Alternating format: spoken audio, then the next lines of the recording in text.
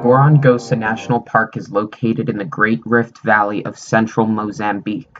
Within its forests and savannas there is a home to many hippos, lions, and elephants. Besides the wildlife, the scenery is breathtaking.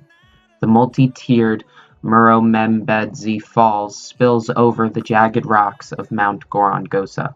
Its beauty is captivating, but it wasn't always that way.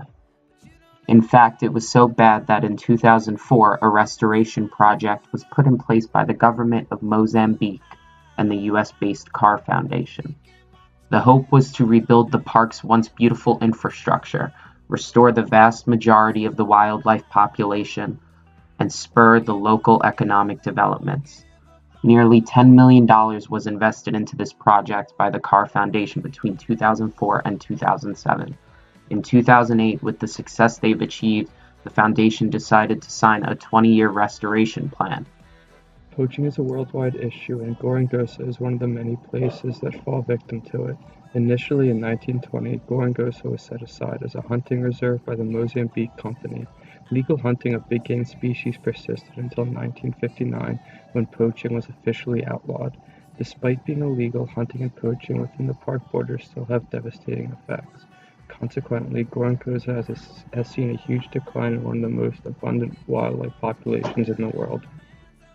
The first wildlife survey occurred in 1984, and the results concluded that only 100 elephants, 300 reedbuck, 100 waterbuck, and even less zebras were within the park boundaries. While all of these populations have seen some sort of comeback, their existence still sits on a fragile line.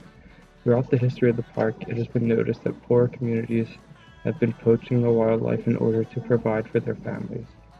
This is an issue for the wildlife because many exotic animals have international demand, such as elephant tusks, and because the people of Gorongosa live in poverty. This is a common occurrence. However, thanks to the steadfast work of park rangers and the Mozambique government, these rare and iconic species are starting to see a better chance of recovery. Since early 2017, Gorongosa has seen a 72% decrease in poaching.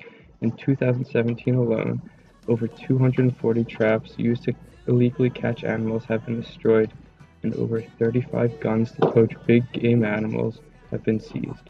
Park rangers are risking their lives every day to disarm traps, protect animals, and deter poachers from killing animals.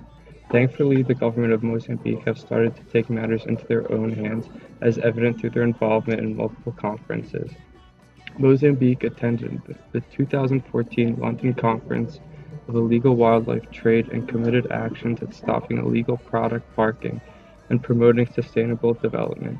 In addition, the Mozambique government was present at the 2013 African Elephant Summit and agreed to 14 urgent anti-poaching measures. Although tourism is generally a good thing, it also has many negligent aspects. Tourism started in Gorongosa in the 1920s. Since the laws have not always been so strict, tourism provided an initial issue towards the restoration of the park. It is obvious that tourism slows the efforts of restoration down. With tourism comes the potential for interruption and interference of the park's ecosystems. This has the potential to harm the animals and the environment. On the other hand, all of the revenue created due to the popular tourism attraction is put back into the restoration of Gorongosa. Not only does this fund the conservation efforts, but it also provides hundreds of jobs for local Mozambicans. A source of jobs is also important for the community and animals because it relieves people from having to poach for international demands and communal poverty demands. This also provides funds to help relocate wildlife into Gorongosa with the attempt to repopulate certain species. The overall suitable result would be to create a self-sustaining park.